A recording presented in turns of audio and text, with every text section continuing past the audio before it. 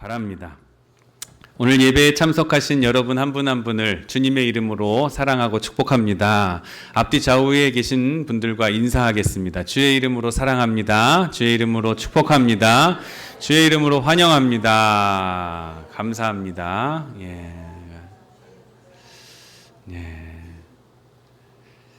자, 하나님의 은혜와 평강이 오늘 예배에 참석하신 여러분들의 10년 가운데 충만하시기를 주의 이름으로 축원합니다.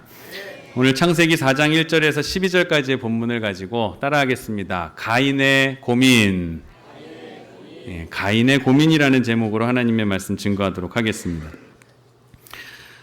재난이나 질병은 사람에게만 일어나는 것이 아닙니다. 동물도 지진이나 홍수 그리고 재난 이런 것들을 겪고 또 사람과 똑같이 질병에 걸리기도 합니다. 저는 동물들이 감기 안 걸리는 줄 알았는데 키우다 보니까 감기가 걸린다고 저는 이제서 알게 됐어요. 동물들도 똑같이 우리와 인간과 똑같은 질병이 있고 똑같은 아픔을 가지고 삽니다. 그런데 똑같은 재난, 질병이라고 한다고 해서 그 의미가 똑같은 것은 아닙니다. 사람은 고민을 하고 동물은 사람과 같은 고민은 할 줄 모르기 때문입니다. 모른다는 것이에요. 살 때 살고 죽을 때 죽더라도 동물에게는 사람이 사고하는 것과 같은 고민은 없습니다. 그걸 본능이라고 하죠. 그러나 사람은 고민을 합니다. 그래서 기뻐하기도 하고 슬퍼하기도 하고 많은 고난을 겪으면 더 성숙해진다고 이야기합니다. 고민하는 데에 바로 사람됨이 있는 것입니다. 그러나 고민을 한다고 해서 다 같은 사람이 아닙니다. 또 거기에도 고민의 차이가 있습니다. 고민에 따라서 그 사람의 격이 달라집니다. 어떤 고민을 하느냐, 또 어디까지 고민하느냐, 고민의 한계와 또 언제까지 고민하느냐, 이것이 그 사람의 사람됨을 좌우하기도 합니다. 여러분은 무엇을 위해서 걱정하십니까? 예수님께서는 친히 말씀하셨습니다. 그러므로 염려하여 이르기를 무엇을 먹을까, 무엇을 마실까, 무엇을 입을까 염려하지 말라. 이는 다 이방 사람들이 구하는 것이니 너희 천부께서 너희에게 있어야 할 것을 아시리라, 주시리라라고 말씀하셨어요.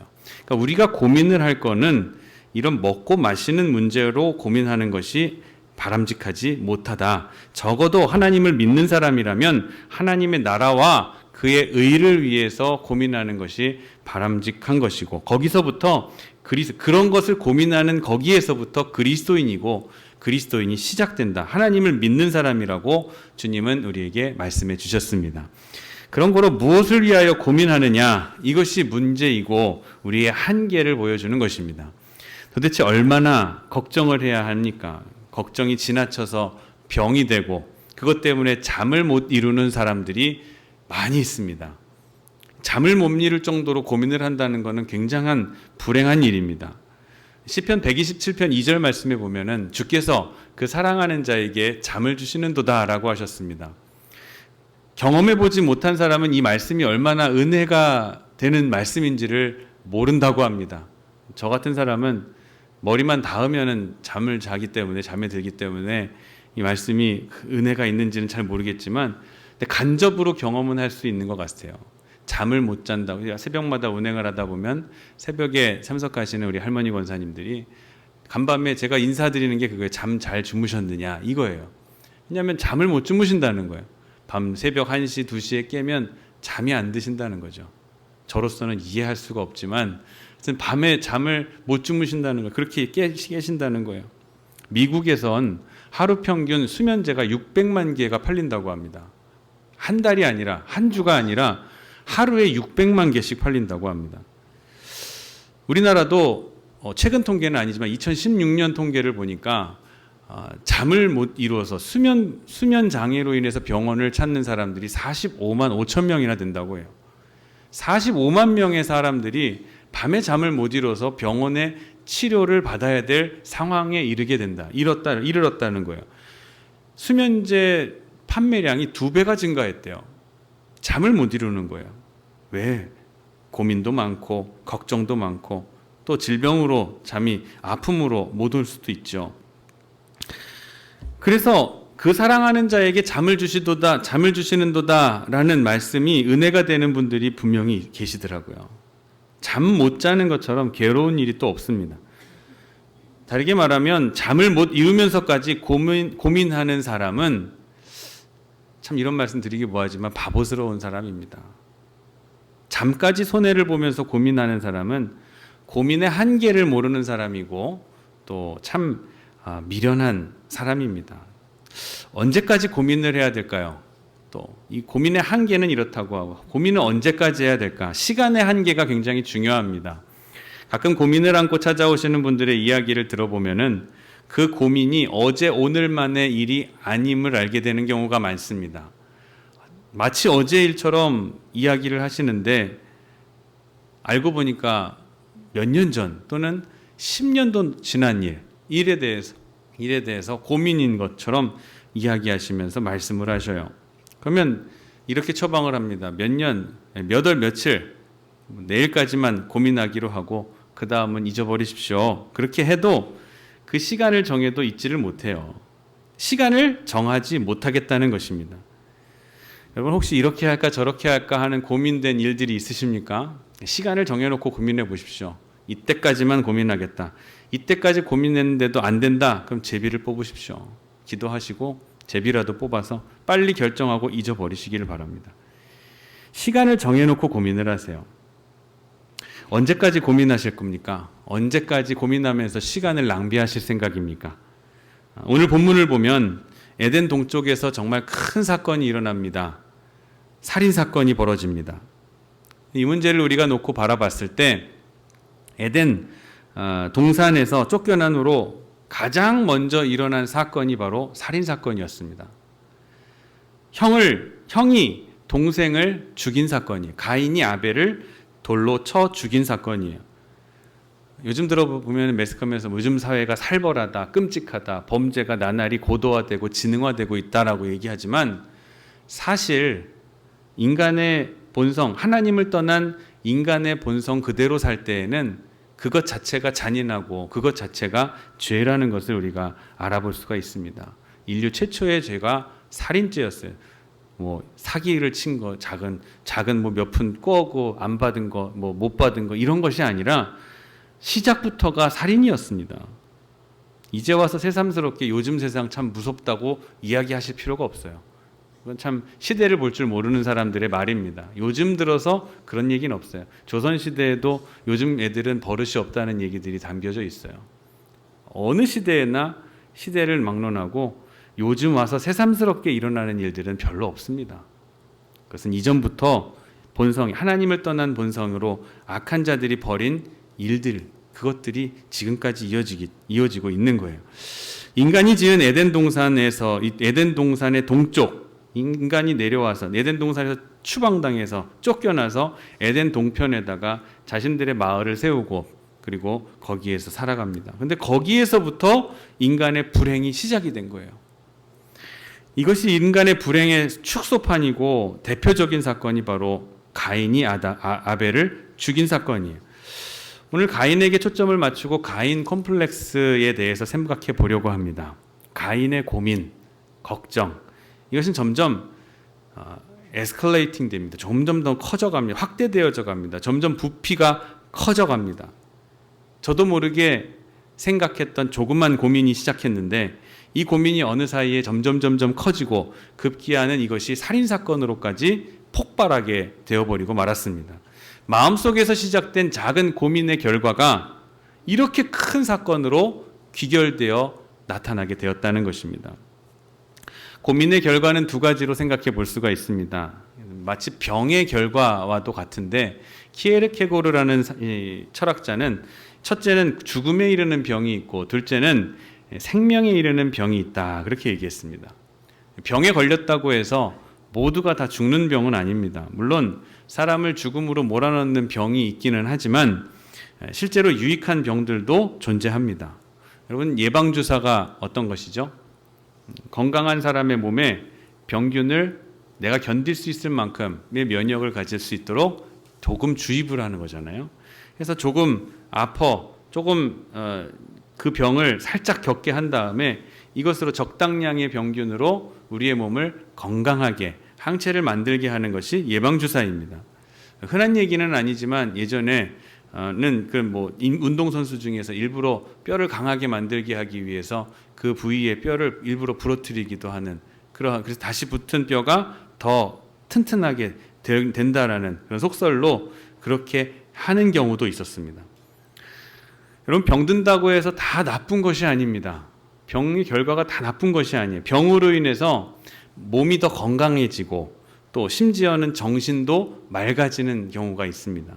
또 병을 한번 겪고 나면 인격이 고상해지고 사람이 겸손해지고 신앙이 진실해지는 경우가 많이 있습니다.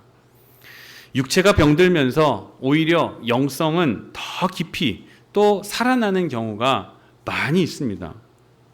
욥도 고난을 겪으면서 그 몸의 질병을 겪으면서 더 하나님을 향한 믿음과 신앙이 그리고 영성이 더 깊어진 것을 볼 수가 있습니다.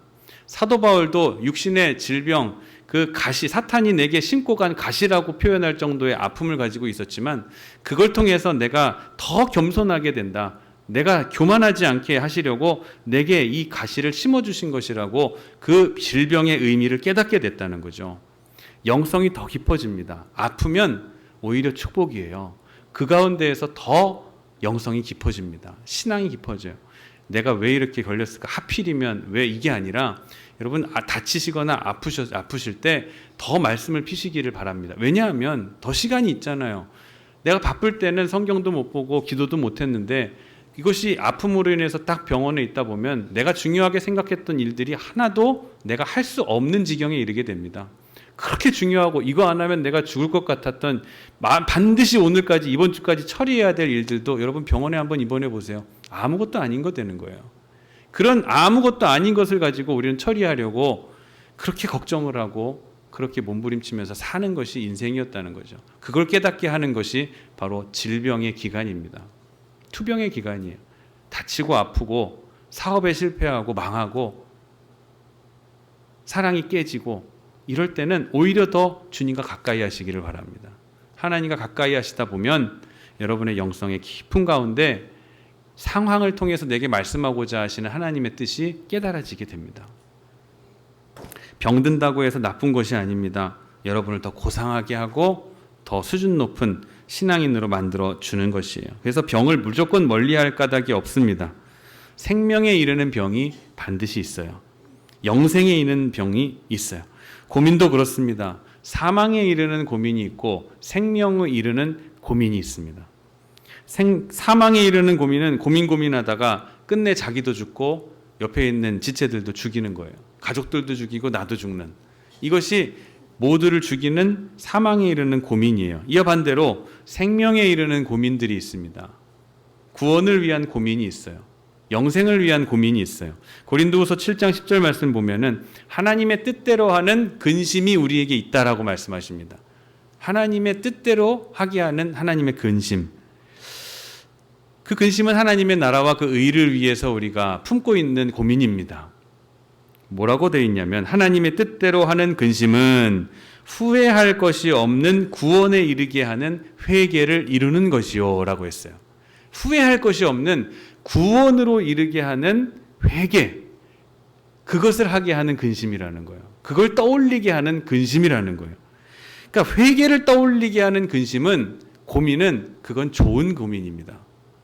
내가 고민을 했는데 결과가 다 포기하고 다 망하고 다 없애버리고 다 끝내버리자, 이거는 나쁜 근심이에요. 그러나 이 근심을 통해서 나를 회개케 하신, 나를 회개의 자리로 나아가게 하시는 하나님의 근심, 나를 구원에 이르게 하는 회개로 이끄는 근심, 그거라면 그것은 우리를 살리는 근심이라는, 그런 근심은 많이 할수록 좋은 거예요. 고민이 없다고 좋은 게 아닙니다. 참으로 진실된 고민을 하면은 그로 인해서 회개하게 되고 온유하게 되고 진실하게 되고 하나님께로 돌아오게 되고 영이 회복되게 되고 영생에 이르게 된다고 성경은 우리에게 분명하게 말씀합니다. 그러니까 해야 할 고민이라면 우리는 많이 해야 돼요. 해야 할 고민이, 그 고민의 결과는 영생이기 때문에.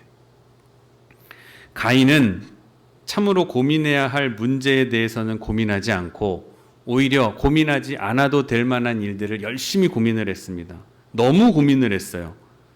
그 결과 오늘과 같은 어려운 문제에 부딪히게 됩니다. 가인은 하나님께 자신의 존재를 인정받기를 원했습니다. 그러나 하나님은 그를 인정하지를 않으셨어요. 이 일로 인해서 가인은 자기 동생도 나를 무시하는 것 같고 멸시하는 것 같고 모든 사람이 나를 멸시하는 것 같이 그런 자기 스스로를 여겨집니다. 이런 고민, 모두가 나를 무시하는 것 같다, 멸시하는 것 같다고 느끼게 됩니다. 사람과의 관계에 있어서 고민에 빠지게 되는 거예요. 그러나 참으로 고민해야 될 부분은 가인이 정말 고민했어야 될 부분은 자기 자신에 대한 고민이 있어야 됐습니다. 자기 자신에 대한 고민이 있어야 했는데 자기에 대한 고민이 없었다는 데 문제가 시작된 겁니다.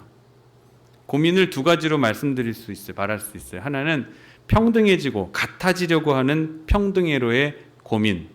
두 번째는 높아지거나 또 특별해지고자 하는 고민. 그러니까 평형에서 오는 고민, 평형하지 못해서 오는 고민과 또는 높아지고자 하는 고민이 두 가지가 있어요. 사람에게는 본능적으로 사회적인 본능이 있습니다. 사람에게는. 그래서 다른 사람과 같아지려고 하는 본성이 있어요.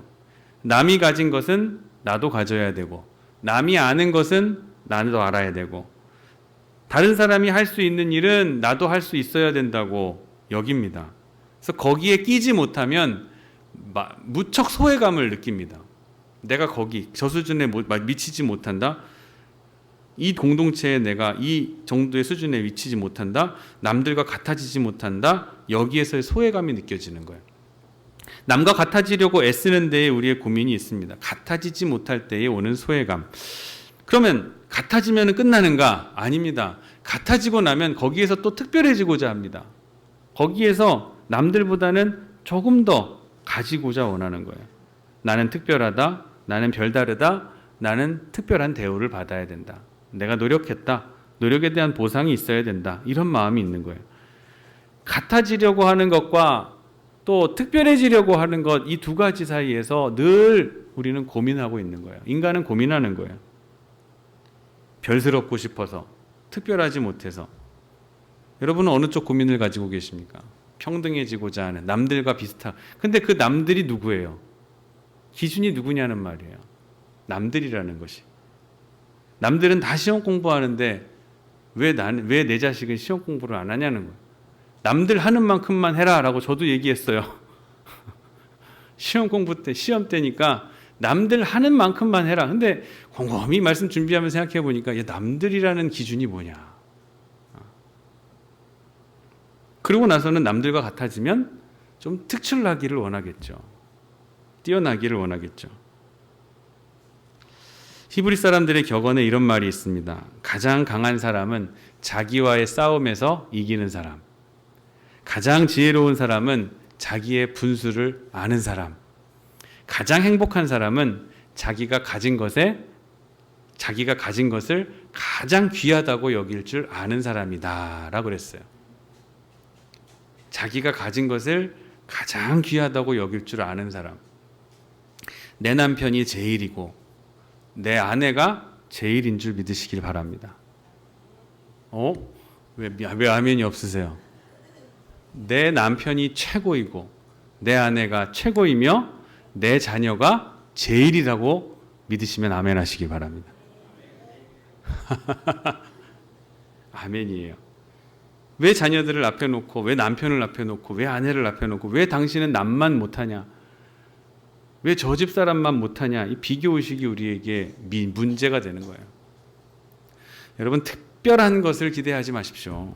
내가 가진 바, 내가 처한 바를 그대로 가장 좋은 것으로 받아들일 줄 아는 사람이 정말 행복한 사람입니다.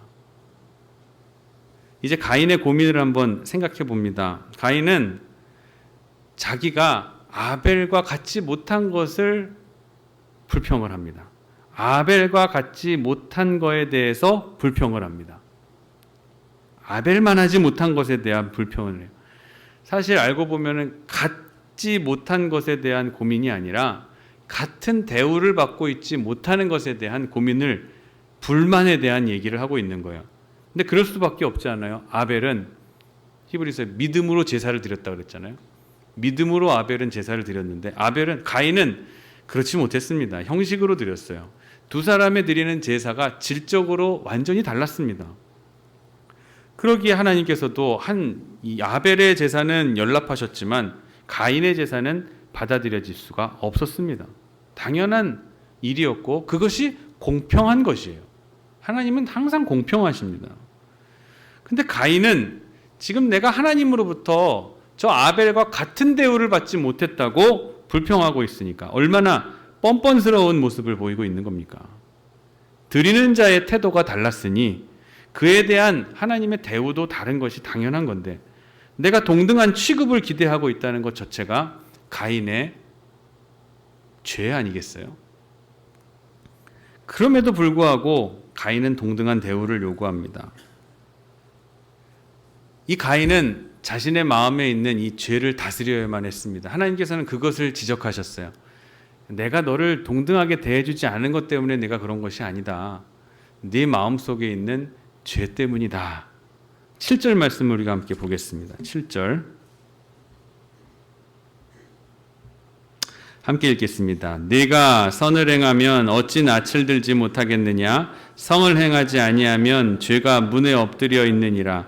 죄가 너를 원하나 너는 죄를 다스릴지니라. 아멘. 죄가 마치 웅크린 금수처럼, 짐승처럼 문 앞에, 내 마음의 문 앞에 웅크리고 엎드려 있다는 거예요. 가인을 기다리고 있다는 거예요. 문을 열고만 나오면 가인을 뜯을 준비가 되어 있는 거예요. 얼마나 위험한 시간입니까? 이 시간에 하나님께서는 너의 죄를 봐라 라고 그러시는 거예요. 네 마음의 문 앞에 있는, 내 마음속에 있는 죄를 봐라. 안 그러면 그 죄가, 웅크린 죄가 너를 삼킬 것이다. 참 염려해야 될 것은 자기의 마음이고 자기의 죄악성에 대해서 말씀하고 계시는데, 자기의 마음에 있는 죄를 다스려야 될 이 절박한 시간에 가인은 지금 쓸데없는 생각을 하고 있는 것입니다. 그리고 자기가 불만을 가지게 된 이 책임을 아벨에게 돌리고 있습니다. 내 마음에 불만을 가지게 된 이 원인을 제공한 사람은 바로 아벨 저놈이다. 아벨 아니면 내가 이러한 수모를 당하지 않았을 텐데, 하나님께서 아벨만 아니면, 저 아벨만 없어지면 하나님이 내 제사를 받으셨을 텐데 라고 생각을 합니다. 아벨만 없으면 내 불행의 원인이 저 아벨이라는 생각이에요. 이것이 처음이야. 인류가 이런 생각을 합니다. 이런 착각을 해왔습니다. 내가 가난한 것이 저 부자 때문이고, 내가 못 사는 것이 저 지식인층 때문이다. 공산주의자들이 혁명을 일으킬 때 바로 이런 생각을 했습니다. 부자와 지성인들은 다 죽여버려야 노동자들이 풍성해질 수 있고 행복하게 살 수 있다고 생각하면서 기득권층을 향한 증오의 총뿌리를 겨눴습니다. 그렇게 혁명을 일으켰어요. 근데 그것이 착각이죠. 지난주에도 말씀드렸듯이 공산주의에는 치명적인 단점이 하나가 있다고 그랬죠. 바로 사랑이 없다는 거예요. 용서와 희생이 사랑의 정신인데, 공산주의에서는 우리가 만든 모두의 공동재산, 공동농장에서 생산된 제품들은, 우리 농산물들 우리가 다 같이 나누어 쓰자. 우리가 같이 돈을 모아서 같이 배급을 받아서 똑같이 평등, 누구도 차별 없이 살자. 그러나 치명적인 맹점이 있다고 말씀드렸잖아요. 불과 얼마 전까지 그 혁명 가운데에서 우리 아버지, 우리 할아버지를 밀고에서 죽게 만든, 처형당해서 죽는 것을 내 눈으로 보았던 그 신고했던 사람이 옆집 사람인데, 그 신고한 사람이 옆 사람인데, 서로가 서로를 감시하면서 무슨 농사를 짓고 이걸 지어서 함께 저 사람과 나눠 쓰겠다? 이거는 애초부터 말이 안 되는 일인 거예요.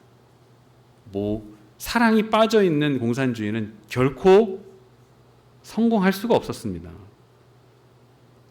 이론은 굉장히 좋잖아요. 모두가 함께 공급하고 모두가 함께 생산하고 모두가 함께 나누어 쓰자. 잘 살고 못 사는 사람 없이 모두가 잘 살자. 근데 모두가 못 살게 되어버렸어요. 모두가 가난하게 되어버렸어요. 다른 사람의 행복이 없어져야 나의 행복이 세워질 수 있다고 생각했던 사상이 거짓이고 뜬구름 잡는 얘기라는 것이 역사를 통해서 증명이 됐습니다. 가인은 아벨이 없으면 내가 행복할 거라고 생각했어요. 아벨이 없으면 하나님이 내 제사를 받아주실 거라고 생각했어요. 착각입니다. 착각. 심지어 아벨을 죽이면 되겠다. 그러면 아벨을 죽여야 내가 살 수 있을 거다 생각한 거예요. 아벨과 가인만 얘기일까요? 공산주의자들과 그 집단들의 이야기만일까요? 사랑하는 성도 여러분, 이러한 모습이 우리에도 동일하게 있습니다. 내 문제를 남에게 돌리지 마시기를 바랍니다. 내 불행한 것이 그 사람 탓이라고, 내가 불행한 것이, 내가 이러한 일을 당하는 것은 저 사람 탓이라고 생각하지 마십시오. 어떤 사람은 자기 성격 나쁜 것까지 남 탓을 합니다.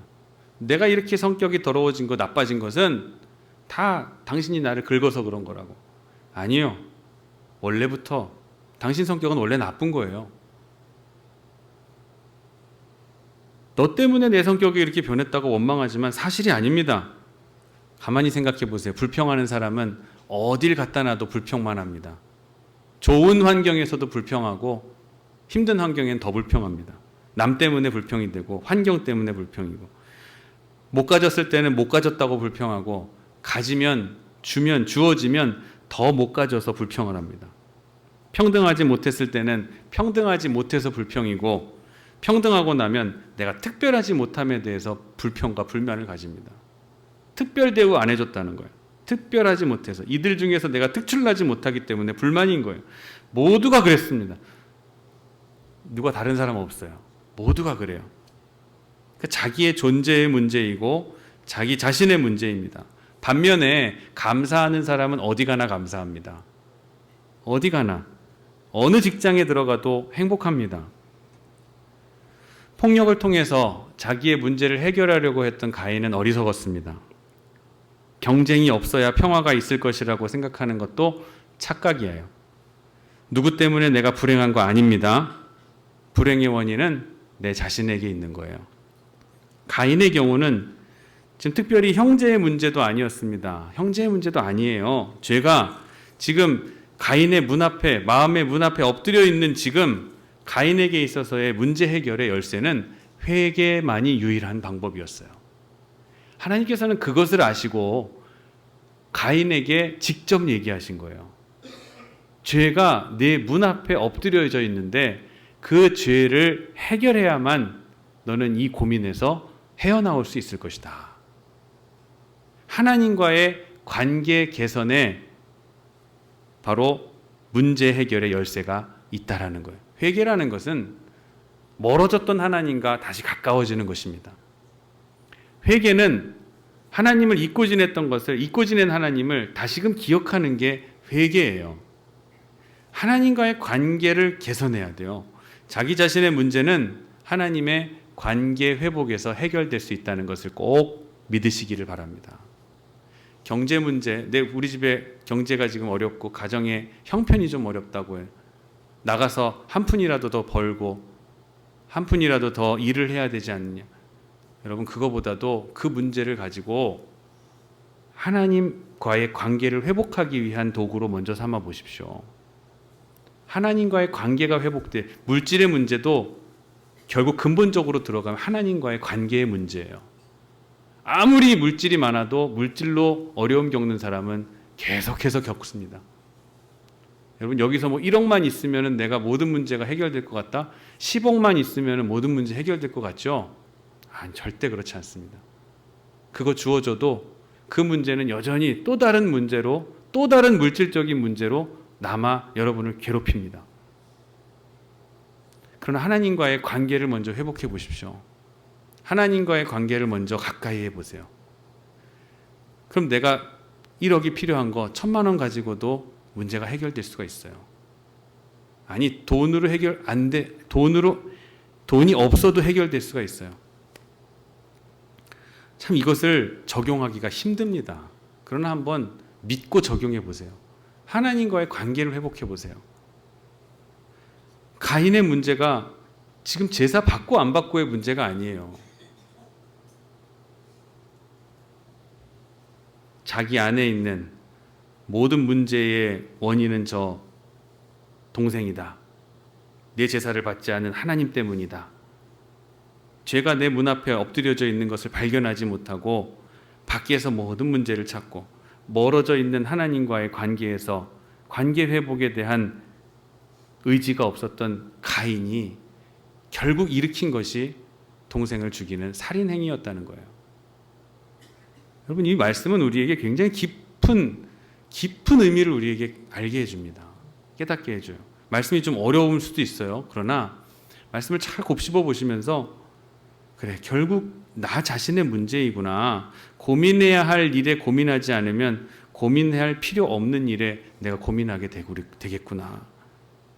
고민의 노예, 고민이 깊어져서 고민의 노예가 되고 원치 않는 엄청난 함정에 그대로 빠져들어간다는 것. 내 자신이 문제라는 것을 발견하지 못하면 항상 불평과 원망과 후회 속에서 사는 사람이 되고 말 거예요.